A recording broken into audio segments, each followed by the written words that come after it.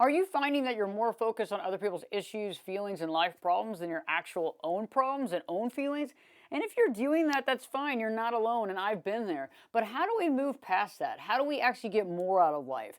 How do we realize and recognize this codependent tendency within ourselves and begin to analyze that and make some changes to overcome that? Now, are we never going to have a codependent tendency in our life? No, probably not. We might have codependent tendencies, but not being ruled by codependency and being able to put ourselves first when we need to. So let's deep dive into some thoughts about some things we should observe so we can consciously understand where we stand right now to actually begin to make the changes that we need to make.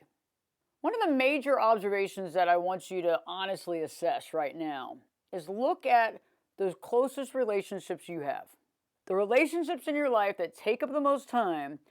In those relationships, how often are you focusing on their needs, and how often are you focusing on your needs and the things that you need to be healthy, to be happy, to feel at peace? And I'm not saying that we shouldn't help other people. However, this video is about realizing when we're doing more for other people and it becomes detrimental to ourselves. I want you to think about that. Think about those relationships that you spend the absolute most time in. And I want you to think about how often are you driving them to somewhere, taking them places, whatever it is that you're needing to do for them. Maybe you're having to be emotionally there all the time, all the time. Think about that. Analyze that. Journal that. Because that's going to really help us to understand, is this a healthy connection in that relationship, or are you coming from a extremely codependent stance or a moderately codependent stance in these relationships? One of the most valuable things that we can do when we're dealing with codependency is to refocus our energy in ways that we can succeed and we can create for ourselves and for others. Now, oftentimes when we're dealing with codependency, what do? We have a tendency of focusing on things we can't control.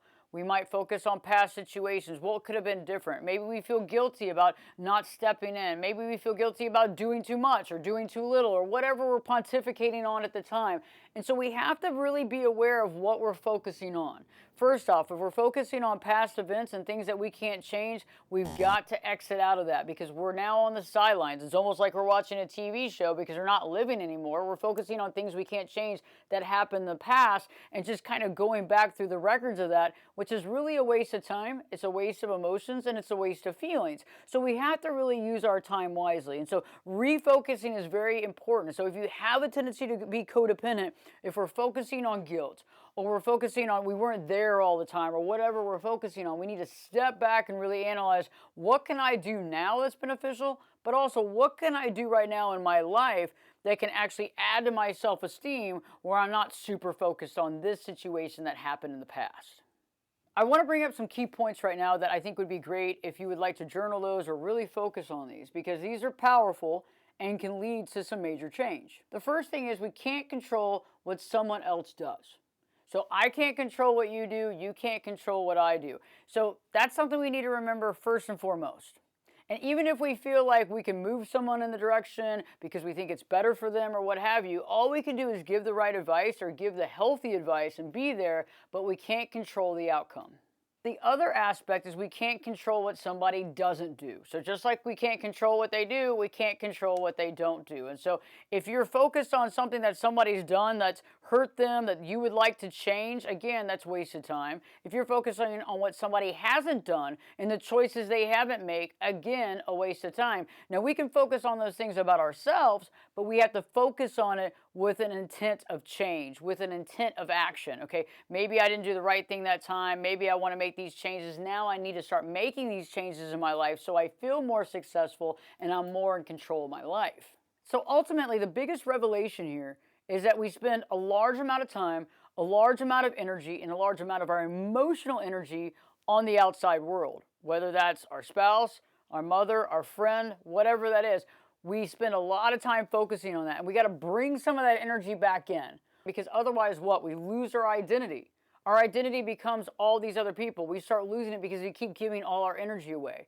We don't have any boundaries because we don't spend time on ourselves anymore. And all of a sudden we feel like we're part of all this, but yet we're letting our own life kind of fall apart because we're stepping back to the sidelines.